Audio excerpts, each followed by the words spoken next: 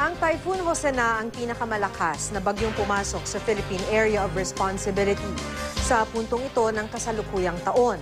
Alamin natin ang update sa lokasyon at kilos ng bagyo mula kay GMA resident meteorologist Nathaniel Cruz. Mangtani? Maki, patuloy na magiging maulap na at maulan pa rin sa malaking bahagi ng bansa, lalong-lalo na sa Luzon sa susunod na 24 oras. Sa katunayan, naglabas ang pag-asa ng Yellow Rainfall Advisory ngayong hapon at apektado ng malalakas na pagulan ang mga probinsya ng Zambales, Yang Bataan, Pampanga, Bulacan hanggang dito sa Metro Manila. At dito sa pinakal bagong Doppler radar image ay kitang-kita natin yung mga kulay pula na yan. Ibig sabihin niyan yung malalakas na pagulan. At dito nga sa Metro Manila, kanina lamang ay kitang-kita natin dumaan itong kulay pula na ito. Kaya nakaranas tayo ng mga malalakas na pagulan. At pinag-iingat po yung mga nasa nabanggit na mga lugar sa posibleng pagbaha. Paliwanag ng ahensya, epekto pa rin yan ng hanging habagat na hinahatak at pinalalakas ng malakas na bagyong si Jose. At habang ito ay nasa karagatan, asahan na ang tuloy-tuloy na paglakas at pagdadala ng ulan nitong hanging habagat. Huling namataan ng pag-asa ang sentro ng bagyong Jose sa layong 880 kilometers dyan sa may east-southeast ng Apari, Cagayan. At taglay nito ngayon ang malakas na hangin aabot sa 185 kilometers per hour malapit sa gitna at may bugsong umaabot naman sa 220 kilometers per hour. Bahagyang bumilis ang kilos nito sa 15 kilometers per hour pa Hilagang Kanluran.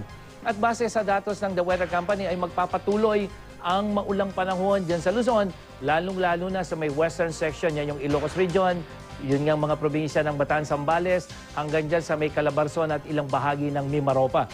Maulan din sa Visayas, lalong-lalo na dito sa may western at eastern section, habang may hinang ulan naman ang asahan sa Mindanao, lalong-lalo na dyan sa may central section at dyan sa may rehiyon ng Soxargen. Mangtani, hanggang kailan mararanasan yung makulimlim na papawirin at maulang panahon sa Metro Manila at iba pang bahagi ng bansa? Maki, kung titingnan natin itong latest forecast track ay sa Huwebes pa posibleng lumabas ng Philippine Area of Responsibility ang Typhoon Jose. At dahil dyan, habang ito ay namamaybay dito sa may northeastern border ng PAR, asahan natin na tuloy-tuloy yung paghatak ng hanging habagat. Kaya kahit ito hindi inaasahan na tatama sa lupa, ay asahan pa rin natin yung mga pagulan sanhi ng paglakas ng hanging habagat na hahatakin nitong bagyong si Jose. At dahil nga sa mga pagulan, dapat pong maging alerto sa banta ng flash flood. Lalong-lalo na yung mga lugar na kung saan kabilang yung top 10 flood-prone areas at makikita natin na halos lahat yan ay nandito sa Luzon na kung saan patuloy na makakaapekto o patuloy na inuulan sanhi ng habagat.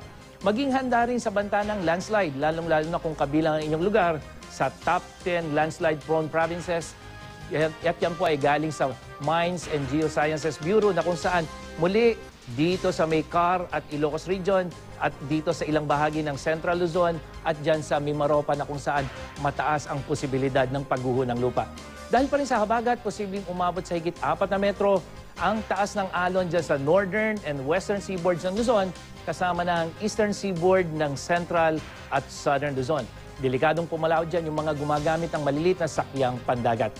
At yan ang latest mula sa GMA Weather. Ako po si Nathaniel Cruz. Magplano para sigurado. I am ready. Serbisyong totoo ng GMA News.